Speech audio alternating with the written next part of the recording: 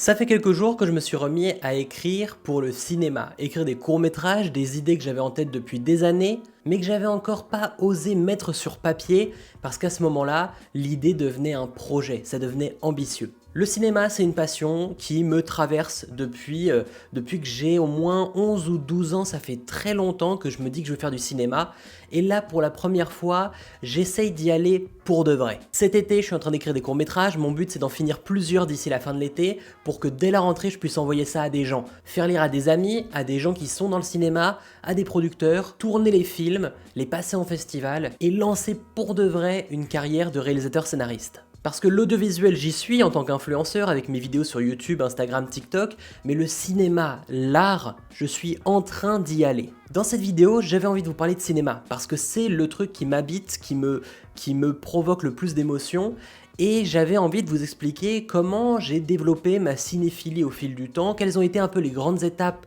les grands films que j'ai vus dans ma vie qui ont bouleversé toute ma vie. Que ça soit mon envie de faire des films, les films que je voulais faire, la vision artistique que je voulais avoir, et des films qui m'ont finalement marqué, qui m'ont aidé à vivre mieux, quoi. Donc voilà, bienvenue dans cette petite vidéo qui est un peu l'histoire de ma cinéphilie. Quels sont les films qui ont changé ma vie, qui m'inspirent au quotidien? On en parle aujourd'hui, bienvenue sur Toyapping.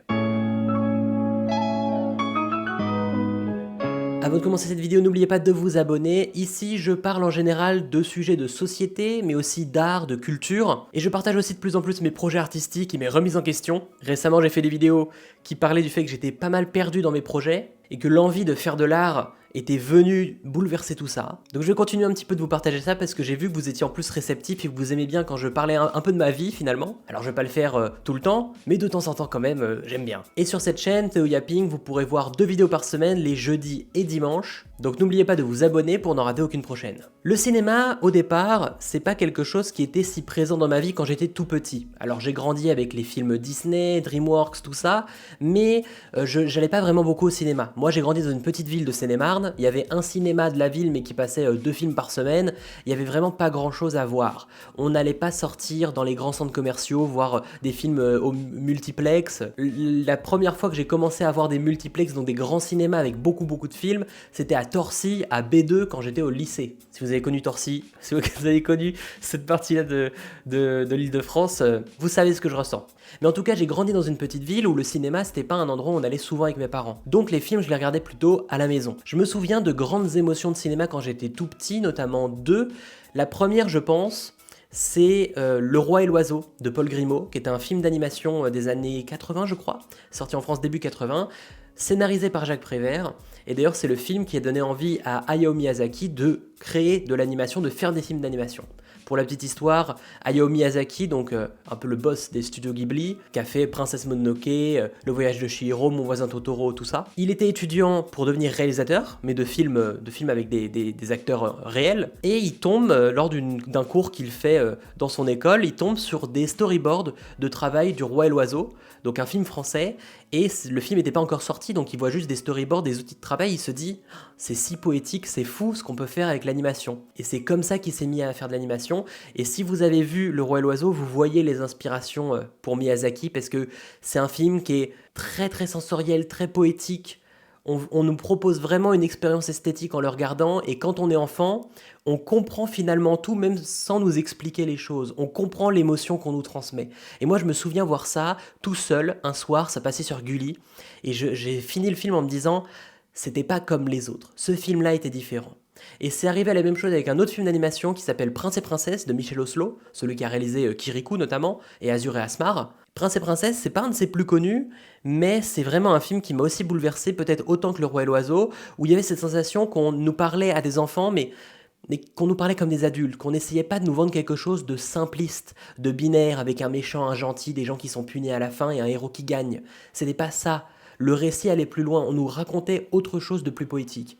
Et ça a été vraiment un moment charnière dans ma vie, ces deux films-là, parce que ça m'a éveillé l'esprit à l'art. Un peu plus tard, j'étais toujours enfant, quand j'étais à l'école primaire, je suis devenu vraiment fan des mangas, et j'en ai lu énormément. J'allais sur des forums sur internet qui parlaient de mangas alors que j'avais 10 ou 11 ans, j'allais voir des vidéos qui critiquaient les mangas, je me suis même lancé sur YouTube en parlant de mangas au départ, en 2014 à l'époque, avec une chaîne qui faisait des chroniques sur les mangas. J'avais fait quelques vidéos sur YouTube un peu avant, mais jamais jamais de manière un peu professionnelle dans ma tête, et là j'avais vraiment voulu monter une émission. J'avais 13 ans, donc j'étais déjà ambitieux à ce moment-là. Les mangas ont vraiment fait partie de ma vie, et j'essayais de savoir si je voulais faire des mangas plus tard, si j'avais envie de faire de la bande dessinée. La BD c'était vraiment mon art principal. Mais j'ai commencé un peu à dessiner, et ça me plaisait pas le dessin, j'étais pas doué, j'aimais pas trop ça.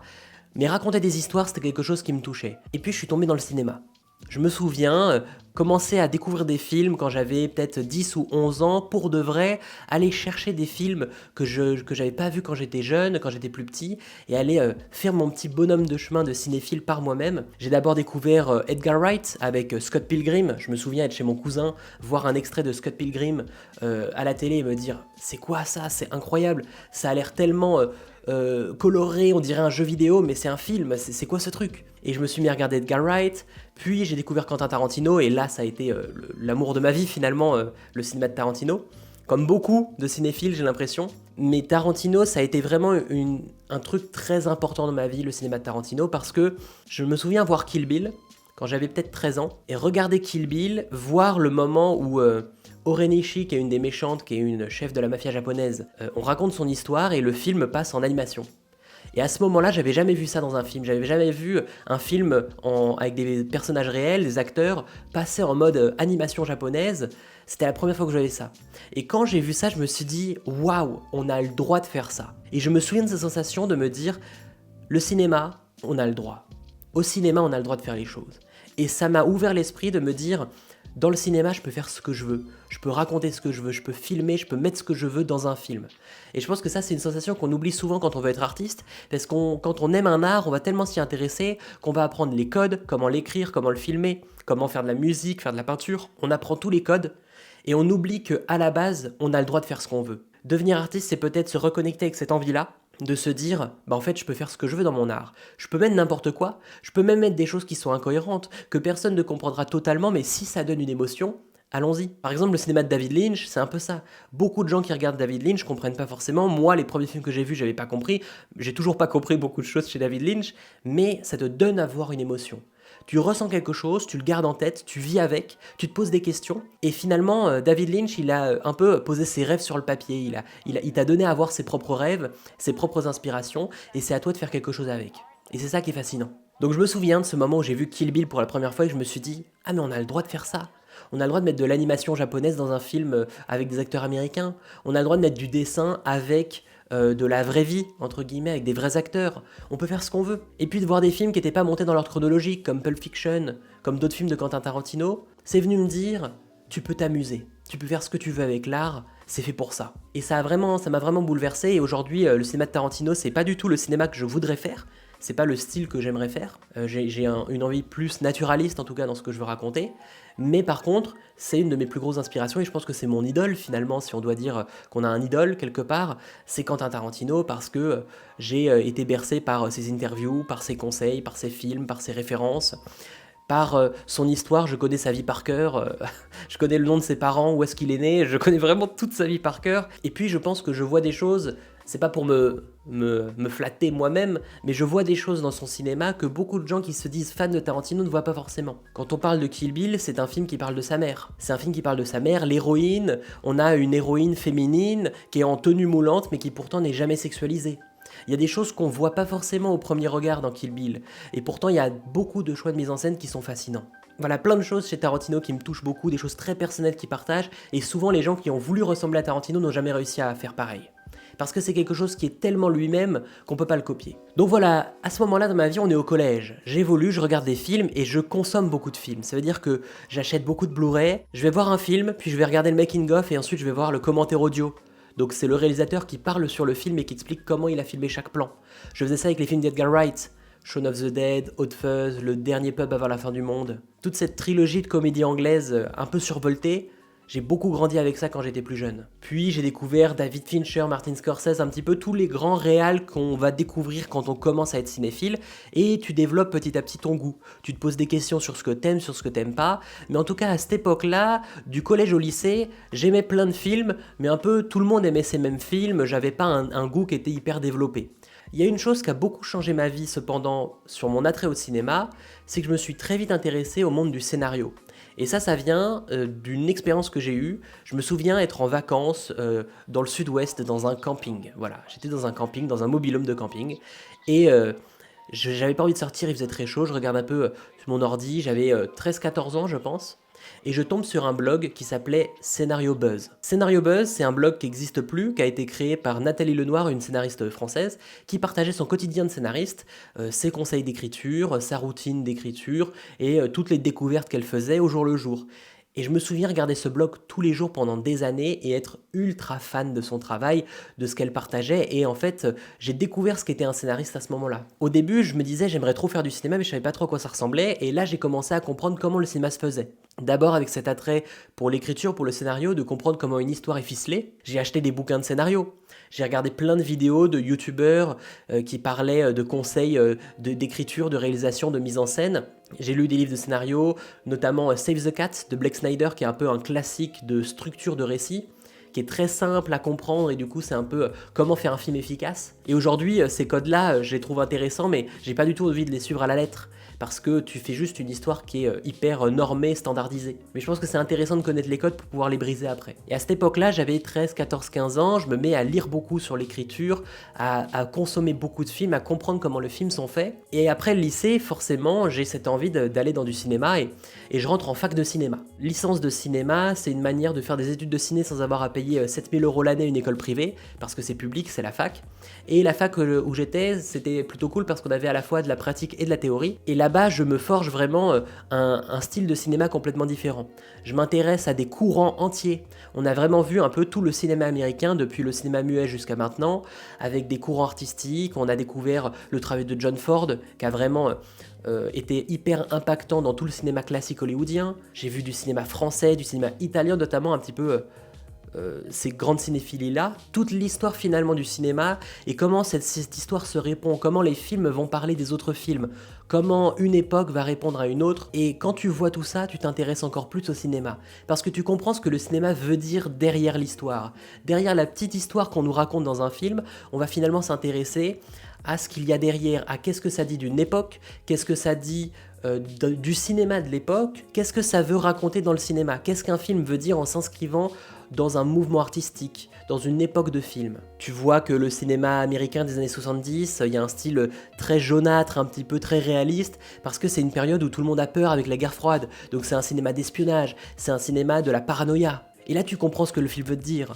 Quand tu vois les films des années 60 comme Hair ou comme Easy Rider ou comme Le Lauréat, tu vois ce que ça voulait dire de la jeunesse à l'époque. Tu vois qu'en fait c'est une sorte de teen movie, mais sauf qu'à l'époque ça n'existait pas les teen movies. Mais ça parle de la jeunesse. Tu vois Bonnie and Clyde, et en fait Bonnie and Clyde, ça raconte la jeunesse de l'époque, des années 60, qui sait pas ce qu'elle fait de sa vie. Tu comprends tout ça et là t'es encore plus fasciné par le cinéma. Et moi je me suis vraiment encore plus emporté dans le cinéma, j'ai découvert des films qui m'ont bouleversé. Je me souviens de moments dans ma vie où des films qui m'ont vraiment changé ma manière de voir le reste. Je me souviens de deux films japonais. Un réalisateur qui s'appelle Sonotion, qui est un réalisateur qui est très prolifique, qui a fait beaucoup de films, mais qui n'est pas forcément le plus connu. Quand on parle de cinéma japonais, on pense à Hayao Miyazaki, on pense à Kurosawa, mais Sonotion, c'est un cinéma qui est très punk, poétique, mais très provocateur. Parfois les histoires elles vont un peu dans tous les sens, il y a de la violence, il y a de la sexualité, il y a plein de choses. Et en fait, c'est un cinéma qui est hyper libre dans ce qu'il raconte. Et il y a deux films que j'ai vus d'un jour à l'autre, 2 jours de suite. Suicide Club et Noriko's Diner Table. C'est des films qui te montrent une jeunesse japonaise où beaucoup veulent se donner la mort. Et il y a une sorte d'idée de génération qui se comprend plus, du monde qui va mal mais personne n'arrive à expliquer, sous la forme un peu d'un thriller. Et notamment ce deuxième film, Noriko's Diner Table, l'histoire d'une jeune fille japonaise qui habite à la campagne, qui décide de fuguer pour de vrai, de tout quitter et de couper les ponts avec sa famille sans même leur dire, pour aller vivre à Tokyo avec une pote qu'elle a rencontrée dans un forum sur le net. L'histoire se passe en 2005. Donc il y a tout ce rapport de jeunesse, d'internet, de nouvelle vie, de vivre à la marge. Et c'est incroyable ce film, et moi ça m'a bouleversé. Et je me souviens voir ce film, me poser sur mon lit et me dire « Ok, tous les films que j'aimais avant, en fait, je les aimais pas vraiment. » Parce que ce que j'ai ressenti en regardant Noriko, je l'ai jamais ressenti avant. C'était vraiment une émotion nouvelle et je pense que quand tu deviens cinéphile, tu vois des films qui viennent te dire en fait t'aimais pas vraiment les autres films, tu savais pas ce que t'aimais dedans.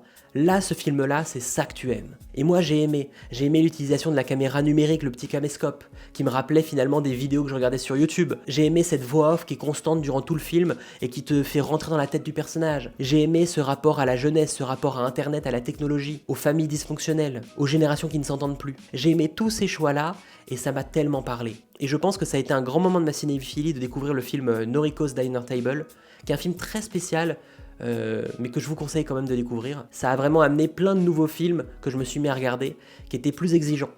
J'ai adoré Magnolia de Paul Thomas Anderson, qui m'a vraiment bouleversé avec toutes ces histoires de personnages tous très fragiles, qui s'entrecoupent, s'entrecroisent et s'entraident. J'ai découvert un autre film qui a été charnière dans ma vie, c'est le film de Steven Soderbergh, Sexe, mensonge et vidéo, qui raconte l'histoire d'un couple de jeunes adultes. Le mec est avocat, la fille elle est femme au foyer et elle s'ennuie dans son couple. Son mec la trompe et elle rencontre un ancien ami de son mari qui va être très doux, un mec très avenant et qui lui propose aux femmes de venir les interviewer et de les filmer pour qu'elles parlent de leur vie sexuelle. Il y a tout un rapport à la sexualité, à l'amour, à l'intime, à l'utilisation de la caméra pour se filmer soi-même et dire des choses à la caméra qu'on n'oserait pas se dire face à face. Et moi j'ai adoré ce film-là et ça m'a vraiment bercé dans ce que je voulais faire dans les futurs films que je veux réaliser. Donc j'ai eu ces grands moments-là, des films qui m'ont bouleversé, qui ont surpassé finalement dans ma tête plein d'autres films que j'aimais avant et qui sont venus m'inspirer. Des films qui avaient des propos, qui avaient des manières, des démarches de faire, qui me parlaient en mon cœur. Et au départ, je ne savais même pas pourquoi ça me parlait autant. Et j'ai compris finalement avec le temps pourquoi, qu'est-ce que ça voulait dire pour moi. Plus récemment, j'ai découvert le cinéma de Michael Haneke, qui est un cinéma très austère finalement dans la forme, très pur, pas d'effets, pas de musique de fond, mais qui te raconte quelque chose de très très fort sans jamais trop en faire, et ça m'a bouleversé. Et la dernière grande claque de cinéphile que j'ai eue, c'est le film La bataille de Solferino de Justine Triet, qui est son premier film de fiction. Justine Triet, elle a fait Victoria et Sibylle avec Virginie Fira, elle a aussi fait Anatomie d'une chute, qui a cartonné, elle a eu les Césars, les Oscars avec, la Palme d'Or, mais son premier film, je pense que c'est mon préféré. Ça te raconte l'histoire d'un couple qui se sont séparés parce que le mec était trop impulsif, il s'énervait tout le temps et il pouvait devenir violent, quoi. Et lui, il essaye de revoir ses enfants alors que c'est pas son jour de visite, et la fille, elle veut pas.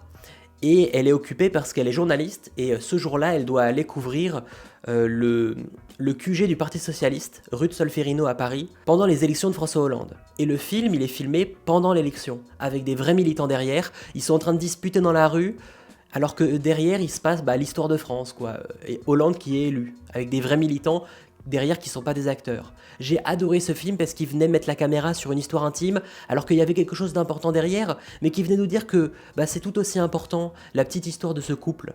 La banalité de cette histoire, elle est aussi importante que le reste. Et ce couple-là, qui aurait pu être très manichéen avec la pauvre fille et l'horrible mec, l'horrible ex, et qui finalement sont bien plus complexes, parce qu'il essaye pas de la reconquérir elle, il essaye juste d'avoir une place de père quelque part, et il est pathétique, et même s'il est colérique, en fait, il est trop pathétique pour être dangereux, et il crée quelque chose de très tendre finalement. Le film propose quelque chose de très tendre avec des personnages qui sont tous faillibles, qui ont tous des failles, et moi j'ai adoré voir ce film qui était hyper profond. J'adore ce que fait Justine Triet, et son premier film, La bataille de Solferino, m'a redonné envie d'écrire pour le cinéma. Et voilà un petit peu l'histoire de ma cinéphilie. Il y a eu Tarantino, il y a eu Edgar Wright, il y a eu du cinéma avec beaucoup de montage, beaucoup d'effets, quelque chose de survolté. Et puis aujourd'hui, il y a quelque chose de plus naturaliste, qui est plus proche du vrai. Une sorte de quête de vérité, de nous raconter quelque chose de réaliste, une réalité sociale. Et j'aime quand le film il vient nous dire une vérité. Quelque chose qui sonne vrai, qui sonne comme la réalité. Une scène un peu trop longue parce que dans la vraie vie, c'est comme ça. Parfois on parle un peu trop. Une histoire d'amour qui est pas juste simple, qui a ses propres aspects qu'on croirait pas inventés. Toutes ces choses-là me parlent. Il y a une phrase, je crois, de Nicolas Boileau qui dit que le beau c'est le vrai, et moi je crois plutôt à ça. Je cherche toujours un peu la vérité finalement dans les œuvres que je vois. La vérité sociale de ce qui est raconté, le réalisme finalement des conditions sociales qu'on nous raconte, des personnages, de l'histoire d'amour, d'un combat, d'un conflit. Et voilà, dans cette vidéo, j'avais envie de vous faire un petit peu l'état des lieux de ma cinéphilie, vous partager des films que j'aime, qui m'ont bercé, qui m'ont vraiment inspiré. Qu'est-ce que je vois aujourd'hui finalement pour l'art que je veux créer? J'ai plein d'idées de courts-métrages dans lesquels je vais toujours mettre une sorte de réalité sociale. Parler de lutte des classes, parler sociologie, parce que c'est quelque chose qui est essentiel et je ne me vois pas raconter une histoire sans mettre un peu de vérité sociale là-dedans. Des films qui vont forcément aborder quelque chose sur l'identité, sur la quête de soi, sur l'intimité. C'est des thèmes qui me touchent beaucoup. J'ai aussi une sorte d'obsession avec les endroits confinés. La chambre, la maison, l'école. Qu'est-ce qui se passe à l'intérieur d'un endroit très fermé et dans lequel plein de dominations sont en train de se jouer. Ça me touche beaucoup et ça m'intéresse. Voilà, toutes ces choses m'intéressent. Je ferai peut-être d'autres vidéos si ça vous intéresse sur le cinéma, sur ce que je pense du cinéma, sur peut-être des réalisateurs plus précisément, peut-être sur Quentin Tarantino, je pourrais faire une vidéo entière dessus. Et j'espère que cette vidéo vous a donné envie de voir les films dont j'ai parlé et vous a donné un petit peu plus de sens finalement sur ce que je voulais faire dans l'art et ce que je vais faire dans les prochains mois, les prochaines années. De toute façon, je vais partager ça aussi sur cette chaîne YouTube et sur Instagram et sur TikTok. Allez chercher Théo Yapping sur les réseaux. Si vous avez regardé cette vidéo jusqu'au bout, j'imagine que vous êtes cinéphile d'une manière ou d'une autre, vous aussi. Partagez en commentaire quels sont les films qui vous ont bouleversé, qui ont été des charnières de votre vie, des moments où ça a basculé, où vous vous êtes rendu compte que vous aimiez quelque chose de différent, que votre goût s'est affiné, s'est construit. Racontez-moi tout ça en commentaire, ça permettra en plus à tout le monde de découvrir les films que vous aimez. Et n'oubliez pas de vous abonner à Théo Yapping pour ne rater aucune prochaine vidéo. Sur ce, on se retrouve très vite pour de nouveaux contenus, portez-vous bien et à bientôt.